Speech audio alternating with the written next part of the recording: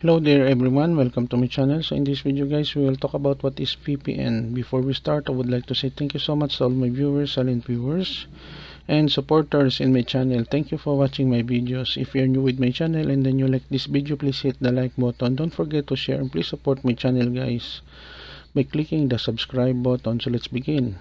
What is VPN? A VPN, which stands for Virtual Private Network, establishes a digital connection between your computer and a remote server owned by a VPN provider, creating a point-to-point tunnel that encrypts your personal data, masks your IP address, and lets you sidestep website blocks and firewall on the internet.